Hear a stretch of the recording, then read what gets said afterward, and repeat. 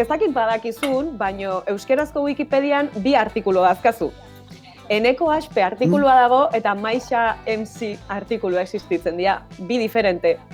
Oaingoz 2 diferente dira, baina, bueno, elkartu ingo diteu ze ez dituzu sentitzen dut, baina ez dituzu 2 artikulu merezi bakarrarekin moldatu behar dut. Eskerrik asko. Ez, baina, bueno, iruditu zait kuriosoa sortzerakoan sortu ditunak separatuki egitea, eta galdetu nahi nizun, zuk ere hola perzibitzen duzu zure burua. Osea, 2 diferente bezala edo nola ikusten duzu noi? Bai. Nolabait 2 bizitza independiente ditut. Bat da zientzialaria, nik beti esaten dut, Eneko Aspe zientzialaria pertsona oso responsable bada, metodo zientifikoa jarraitzen duena, oso teknikoa, eta gero dago nire alde kreatiboa dala Maixa MC. Eta hor bai, kreatibitatea, sormena ere bai erabiltzen dut zientzia arloan, baina musikan da nire sormena gehien garatzen dudan arloa.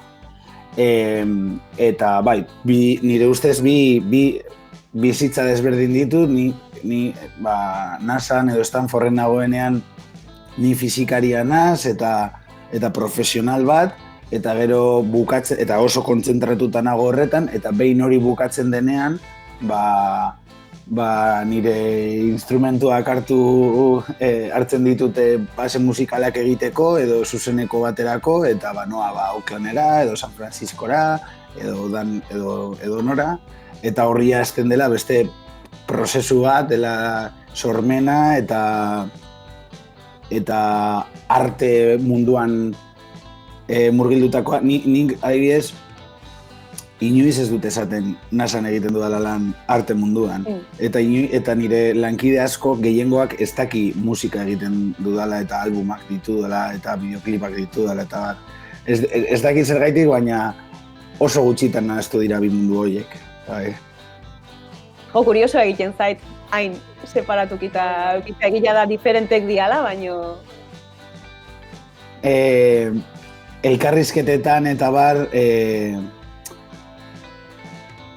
Azken nengo bolada hontan baina ez egin direla. Batez ere lehen Maixa MC bezala, ez daki telebistan agertzen nintzen, irratian, hori zen pertsonai publikoa. Baina azkenengo urteetan nola nagoen lan egiten eta bar, Euskal Herrian ere bai, fizikaria publiko bihurtu da. Orduan hor bai nahaztu direla pertsonai biak. Baina hasieran Eneko Aspe fizikaria ez zen publikoa. Orain bai, dagoen nire egoera profesionalagatik, baina bai horregaitik. Azkenengo bola hontan nahazten ari dira bai. Ja, ikusi zaitego azkenengo aldean, coronavirus, COVID kontuei buruz asko hitz egiten, divulgazio lan egiten horrekin. Bai, karo, azkenean divulgazioan ni sartuta egona urte asko Euskadi Irratiaren bitartez.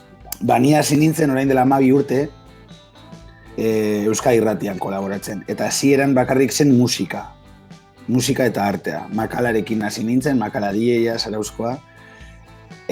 Kontua da, doktoretza hasi nintzenean, eta gero Oxfordeko unibertsitatera joan nintzenean, gero Cambridge eta bar, eskaini zidaten Euskadi Irratitik Manu Etxe Sortuk egitea zientzia eta artea, gauza biak jorratzea.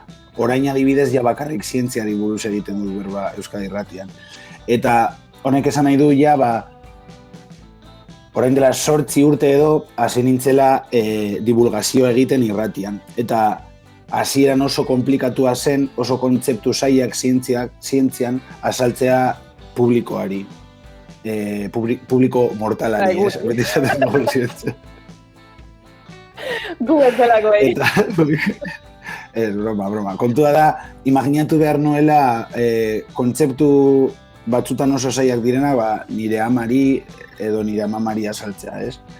Eta praktika horrekin, gero beste programa batzuetan sartu nintzen, adibidez NASArekin ere bai, umeekin eta eskola eta institutoko umeekin eta nerabeekin egon naiz outreach egiten edo divulgazio hori egiten ere bai. orduan oso gustoko dut, gero ere bai dokumental bat egin genuen, Lehiar saria eman ziguten, eta bar. Eta ze pasatu da, koronavirusaren hasieran, pandemiaren hasieran, informazio asko zegoen komunitate zientifikotik, baina hori behar zuen nolabait erraza saltzea edo traduzitzea nahi badozu ez, itzultzea zientzia hizkuntzatik eguneroko hizkuntzera.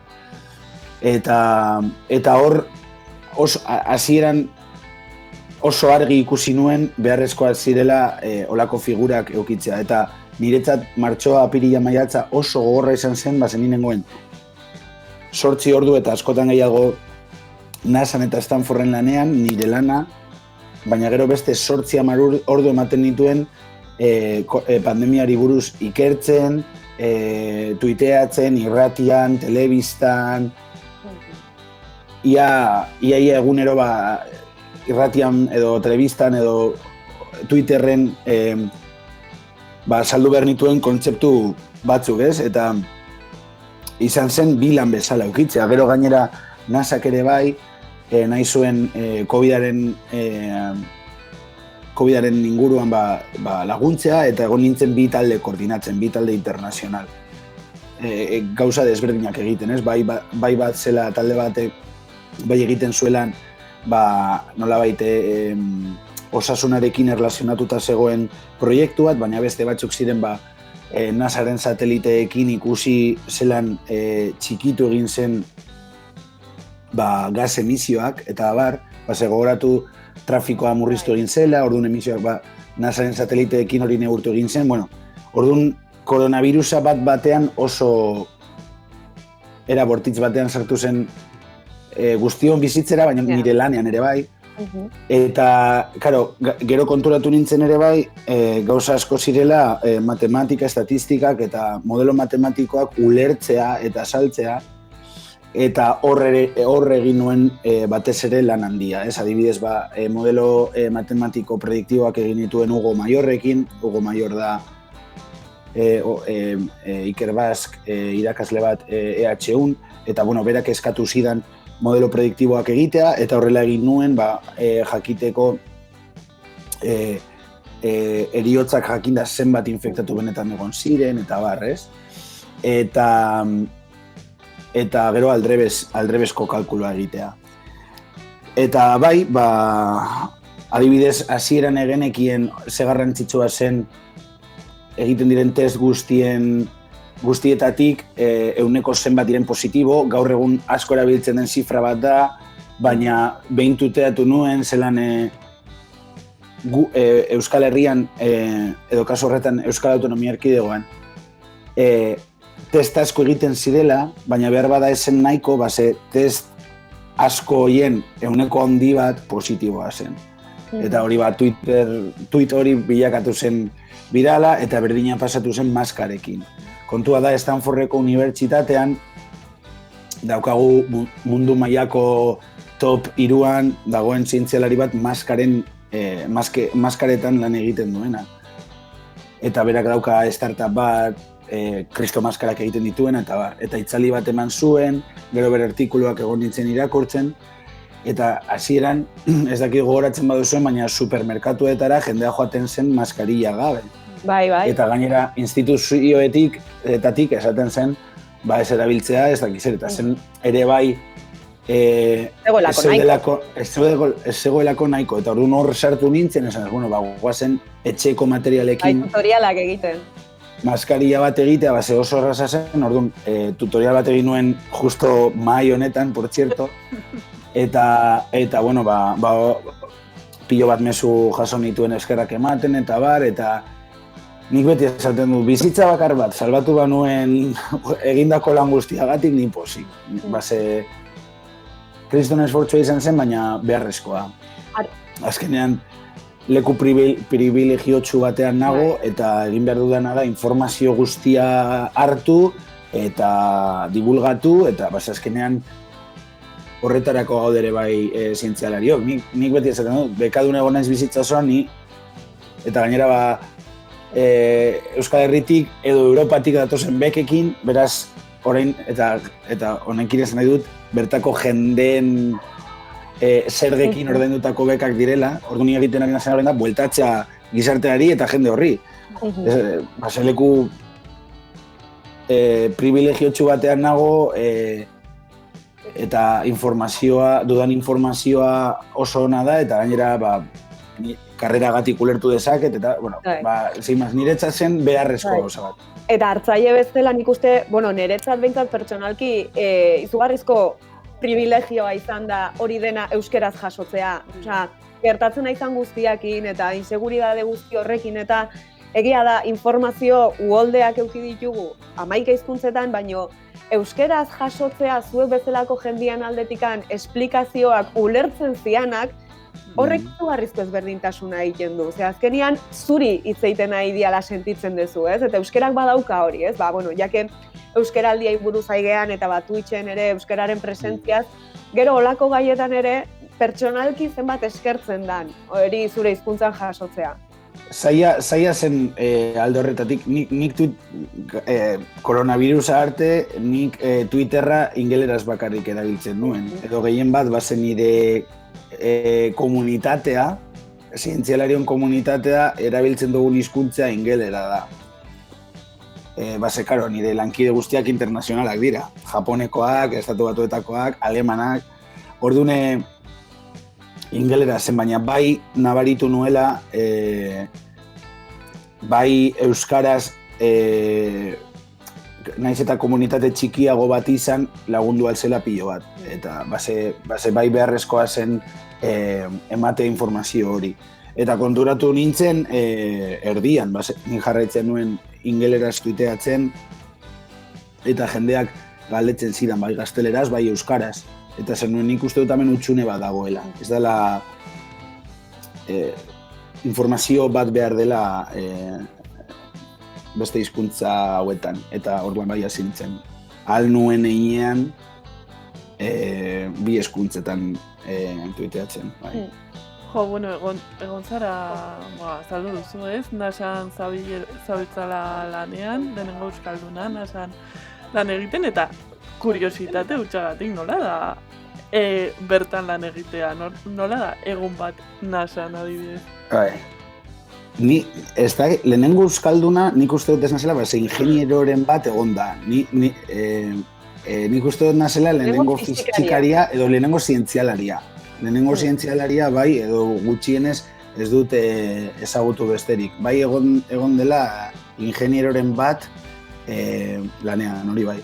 Bale, gero behidatuko dugu Wikipedian ze jartzen duen aldatu beharko dugu bestela, ez bali badago zuzen idatzita. Bale, nik uste dut fizikaria edo zientzialaria, fizikaria ziur, zientzialaria ia ziur, baina uste dut ingenieri bat edo bi egon direla, harinago, bai. Kontua zelakoa da, ni nengoen Cambridgeen lanean. Eta nire arloa zen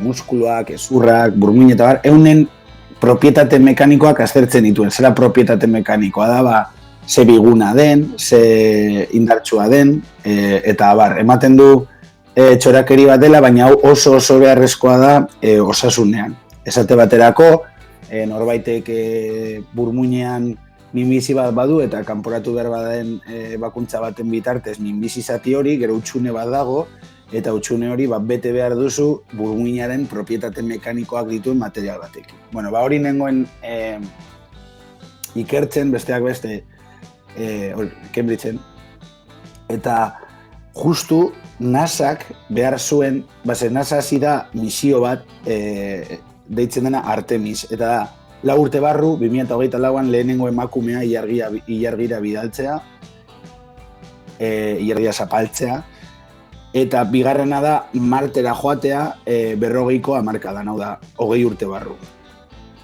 Eta misio hori, bigarren misio hori, joan etorria 3 urte dira. Hau da, 3 urte egon behar dira astronautak espazioentzian, ez? Eta kontua da gure eunak, gure zurrak, gure burmuina, gure muskuluak eta bar, pilo bat aldatzen direla, zero gravitatean. Eta orduan, nola ni nengoen propietate mekanikoetan espezializatuta, beraiek behar zuten ere bai, jakitea astronauten ezurrak zelan aldatuko ziren hain bide luze batean. Eta garaia, eta momentu horretan zeuden modelo prediktiboak, matematikoak oso eskasak ziren. Bakarrik ziren erabilgarriak, ilargira joaterako orduan, eta baina ez 3 urteko misio baterako. Orduan, nik egin nuena izan zen modelo matematiko prediktibo bat, aurrezateko zenbat ezur galduko duten astronautek Marterako misio batean. Eta hori, boom bat izan zen, ze publikatu genuen artikulu bat, gonbidatu zidaten Houstonera, eman zidaten sari bat, gozada bat izan zen. Eta oso ikerlan polita, eta bai. Eta NASAn lan egitearena, nik, zentru asko daude estatu batuetan. Nik egiten dut lan Kalifornian, deitzen da NASA Ames, eta da gehien bat, ez da zientzia operazionala, hau da, operazio guztiak ematen dira gehien bat, Houstonen eta hortik, ez? Hori da, operazioarekin esan edut misioak ematen dira hor. Guk egiten duguna da gehiago zientzia basikoa eta bar. Zate baterako, nik egiten dudan Space Biology atalean, hau da, espazioko biologia. Eta departamento horretan daude, astrobiologoak, hau da, bizitza gure planetatik kanpo bilatzen duten horiek, harrigarria da, baina oraindik ez dute zer topatu, osea, ez dakit. Ez dute lan handia egiten departamento. Lan handia egin dute, baina ez dute topatu momentu. Eta hori, nik egiten dudan da, astronauten osasunarekin erlazionatuta dauden gauza. Hori NASAn eta gero Stanforden, gehiago biomaterialak, eunen propietate mekanikoekin jarraitzen dut, bakuna mota berriak, PBS edo ura erabili ordez, hidrogel bat erabilita, eta bar. Así que hori, profesionalki hemen asko hasi naz, asko ikasi dut, eta egia esan gozada bat, ez? Astronautak ezagutzea, eta egun batean ere bai, nire lankideek atera zidaten argazki bat, eta bota zuten ISS, espaziora dagoen nazioarteko estaziora. Eta orduan ikusten nuen hor astronautak eta bere atzean pantalla batean nire selfie, nire karetoa. Eta hor daukat argazkia, por cierto. Eta bai, polita bolako gauzak, karo, imaginatu, ez, ni Barakaldotik etorreta, Barakaldo hasita, zen inoiz beteko esen amets bat. Eta orduan, eskerrak emoten egunero izatu den aukeragatik. Gero, esaten dutenean, zer nahiago dezu, profesionalon bat edo euskaldun bat? Zetezu, favorez. Euskalduna eta honena. Hori esaten dute, jode ba. Klasiko bat izaten da, ez? Zer nahiago dezu, mediku euskalduna edo mediku ona? Eta, dikotomia hori sortzen dute, ez? Hizkuntza eskakizunak egiten dian. Bateragarriak direla, uste dut nik. Bateragarriak eta pilatzen dira. Euskal Herrian lehenengo mailako fizikaria ditugu, zientzialariak ditugu. Nik uste dut gehiago indartu behar dela zientzia sistema, behitu adibidez pandemian agerian gelditu da ze garrantzitsua den zientzia, zientzia ematen du ente independiente bat dela gure bizitzan, baina gero behitu, garrantzitsua esan da, esate baterako txertoa lortzeko. Beraz, nik uste dut daukagula, ez dakiz zergaiti, baina Euskal Herrian daukagu zientzialariok nola baiteko arazo bat, pentsatzen dugula besteak direla gu baino inteligenteagoak eta hobeagoak. Ni adibidez, niko goratzen dut Oxfordera joan nintzenean, pentsatzen nuen, ni izango nazamingo tontoena, emango diate leku guztietatik, eta ez da egia. Ez gara japoniarrak, daukagu kriston komplejua, baina kristona, eta horrekin apurtu behar da, ez gara japoniarrak baino tontoagoak, edo amerikanoak baino tontoagoak, guztiok gara berdin, ez du importa ze nazionalidadea dugun, eta kontua da, kate horiek apurtzea, eta zatea ez ni beste hau bezalakoa naiz, eta aurrera. Eta hori polita da, azkenean maila berean jartzen zaitu, nazio artean, ez? Eta polita da, nire lankideak, nire lagunak, orain nazio artekoak dira, internazionala. Bai. Ona. Eta zuzen muteneko, Kalifornia, atiraldean ikusten dutelako esaten dute. Ondo, egia esan, COVID arte izan dira nire urte zoriontsuenak, amen. Bai, Bai. Oso leku... Hemengo politika eta dana da basura bat, eta kalean ikusten dituzun drama guztiak, pilo bat homeless daude, eta bar. Hori kenduta, eta ez da gutxi hasieran inpaktu handia izan zen, lekua pasada da. Osea, musika aldetik, natura aldetik, hondartzak, dana. Super posik nago hemen. Ni bizina San Franciscoko erdialdean. Eta iria bai super danetarik deko, eta jendea super jatorra da, oso guai, oso posik nago hemen. Zu super integratuta ibiltzea, ezta? Instagram, lehen Iruñari ere lehen beti gauza berdina esan diot, Instagrameko zure argazkiak, bizikleta hoiekin. Bai, bizikleta horiek dira, baitu, mugimendu hori deitzen da lowrider. Eta ni, nerabe bat nintzenean Barakaldon beti ikusten dituen bideoklipetan, kotxeak, ez dakit ikusi baduzu inoiz, hip-hop batzuetan kotxeak horrela egiten, hori da lowrider. Eta ni flipatzen nuen, eta hona etortzerakoan benetazkoak ikusi nituen, eta izan zen como, guau, que guapo, eta bizikletak ere bai. Eta karo, kotxe bat erosteko ez dauka dirurik, baina... Oso garestiak dira, horiek 50.000 gora, oso antziniokoak dira, eurogeiko markadak eta markadakoak eta hori. Eta orduan bizikleta bat egin zidaten klubekoek, baina gainera dana eskuz egina da arte obra bat. Bai. Ostras. Eta zebez, horregaz ibiltzen da astebururo. Ekonomikoagoa eta ekologikoagoa. Hori da, bai, asko ekologikoagoa hori fijo. Eta kirola egiten duzu, goazen ealde positiboa. Hori da. Ealde eta seguru nago kotxearen boteakin azkenian tripan kalte egingo lukera. Fatal, bai. Eta gira sabaiarekin ere agian. Hori da, karo, ni nahiko altuana, zorun sabaiarekin.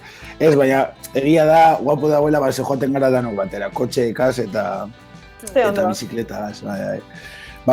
Musika ere bai pilo bat egiten, kaleratu neban pasaden urtean albuma, eta hemen jarri zen ere bai salmentan. Nola ahoskatzen da zure albuma, Eneko? Umezar. Umezar. Bai, da proto-euskeraz umezar idazteko era. Bai, hori irakurri nun, baina egia da, ez naizela jarri, egin dezaken, baina ez naiz jarri zure entrevista bat entzuten, ikusteko nola esaten den. Umezar. Pues ez dakit nola esangoan, bale. Bai, umezar, erraza. Bale. Eta ez, COVID-a baino lehen, pilo bat jotzen San Francisco, Oaklanden, Los Angelesen, musika egiten amengo raperoentzat eta raperentzat bai, pasada bat, gozada bat, egia zen superposik, bai, eta gero profesionalki ez esango dizu. Bai. Baina ondo. Eta gero ja, ez dakit noiz, baina bueltatuko naiz, igual urte pare bat barro edo lan bueltatuko naiz, bai. Orduan gustora US-ean, baino bueltatzekotan. Ez, da gehiago moralagatik edo, ez dakit. Ni azkenean, ni beti egonaz bekadun, nire familia oso humila da. Eta beti bekekin ametik ona ez dakiz zer, eta pizka bat bueltatzea, ez? Hasi nazen lekua, eta oportunitateak eman dizkidan leku horri. Eta, nik bere bai, naiz eta hemen superposik egon, pizka bat, bueltatzea batik. Bueltatzea ez bueltatzea abioi, ez bueltatzea ikasitako guztia eta aurrengoko entzat, eta da gauza moral bat. Bai.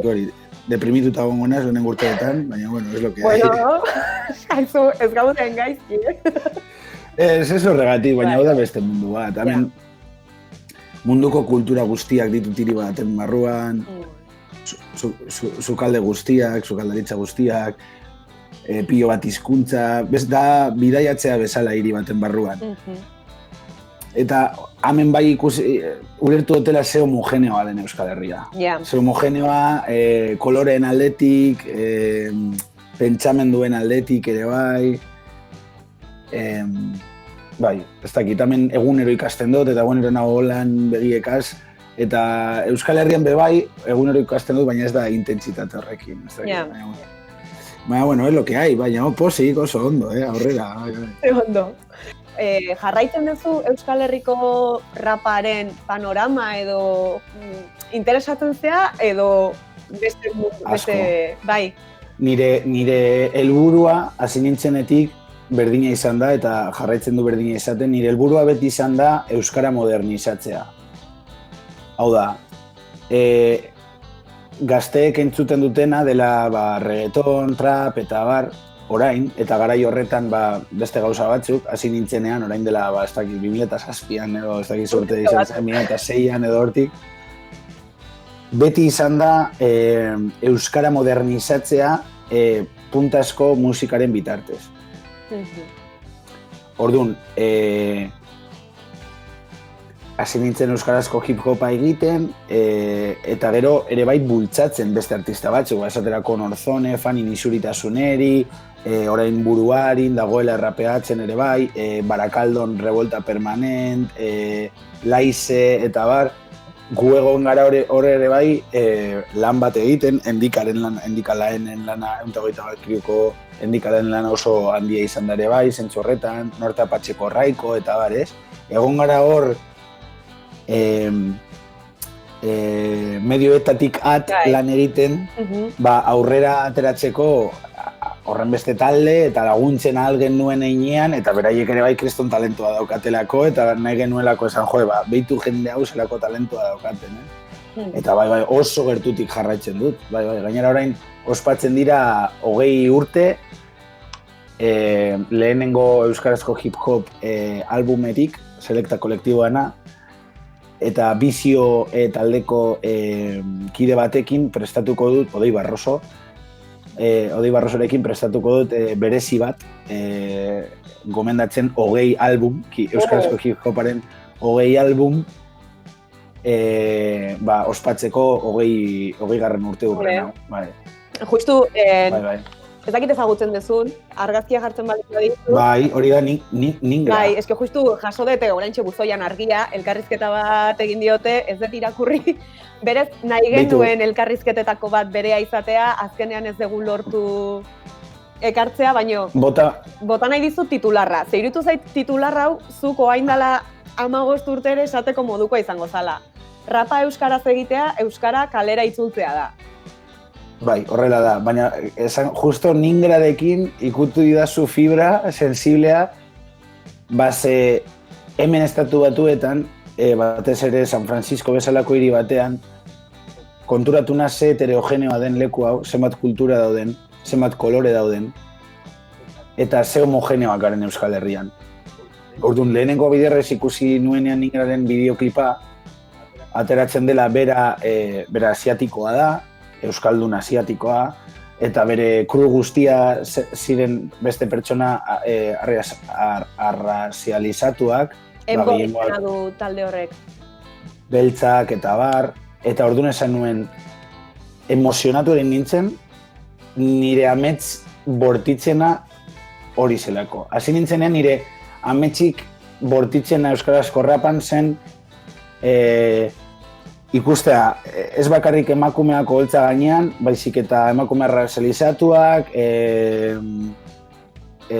sexu gustu desberdinekin, eta bar, garai horretan gehiengoa zen gizonezko txuriak. Eta esan nuen, aleluia. Ikusi nuenean bideo hori esan nuen, aleluia, eta bueno, ia kontaktuan gaude ningra eta biok, egingo dizkiot base musikalak, ia bagaude kontaktuan, bai. Nik ahal dudan einean, lagunduko dut Ningra azten eta ikasten eta bere talentua garatzen aldudan inean, zen ikuste dut beharrezkoa dela Euskal Herrian, bizi diren kolore desberdinetako eta emakume askorentzat beharrezko lan bat egingo duelako. Eta gainera kriston talentoa duelako.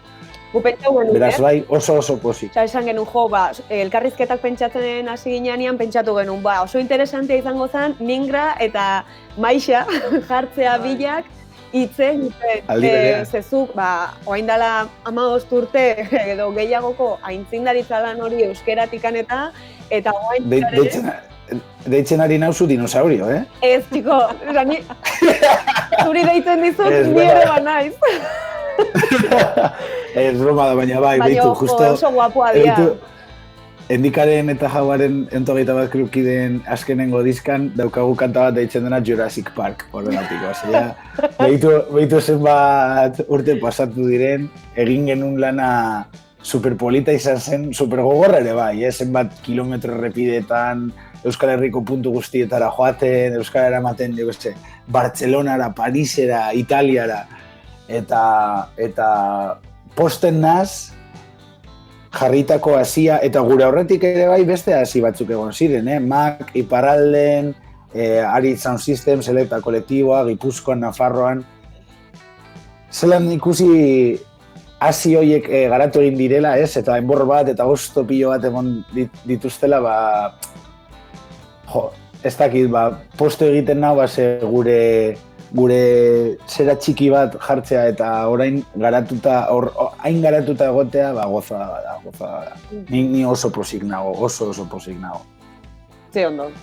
Zentxorren, espero dugu gehiago aurrera egitea, gehiago garatzea, talde gehiago sortzea, eta ni aktibo gongo naiz, hemendik raperoren bat entzuten ari baden hau, ni aktibo jarraitzen dut, base musikalak egiten, pasan urtean kaleratu nuen nire albuma, Ume Zahar,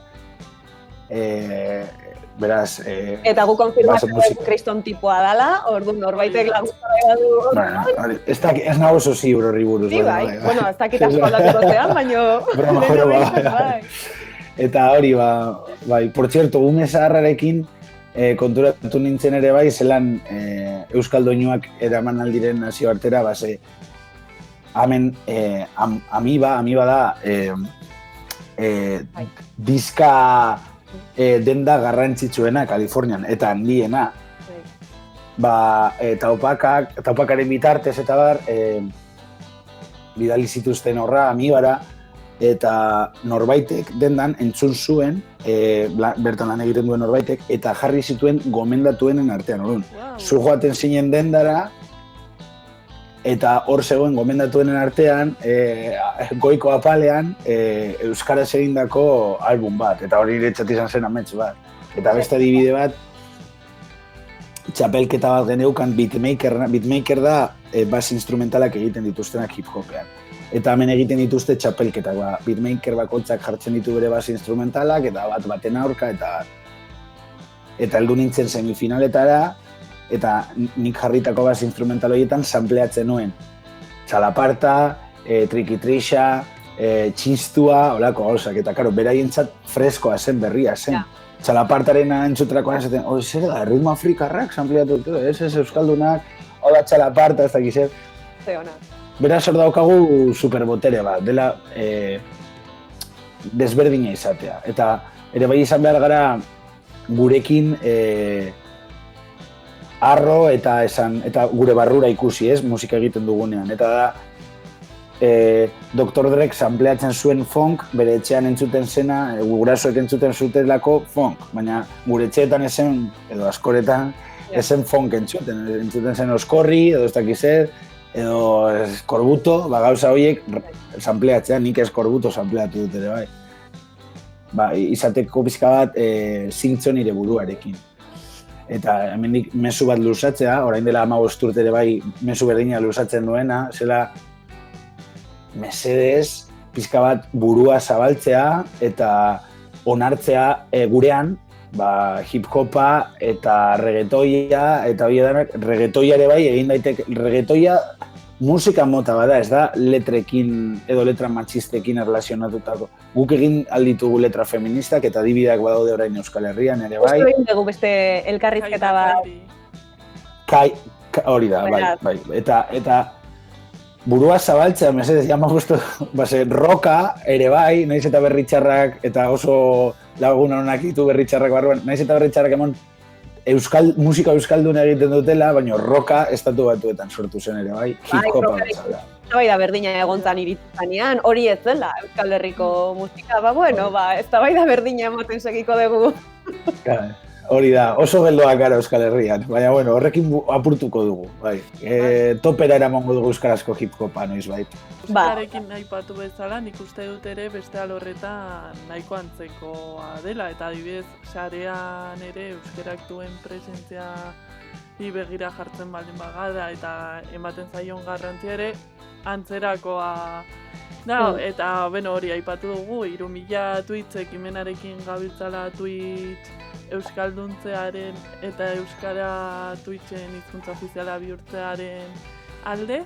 Orduan, azkeneko galdera hola pixkat elkarrizketari amaiera emateko, zuk, Twitchen sartuko zara lehenengo aldiz, imaginatu, aukera anitz dituzula euskerazko edukia kontsumitzeko,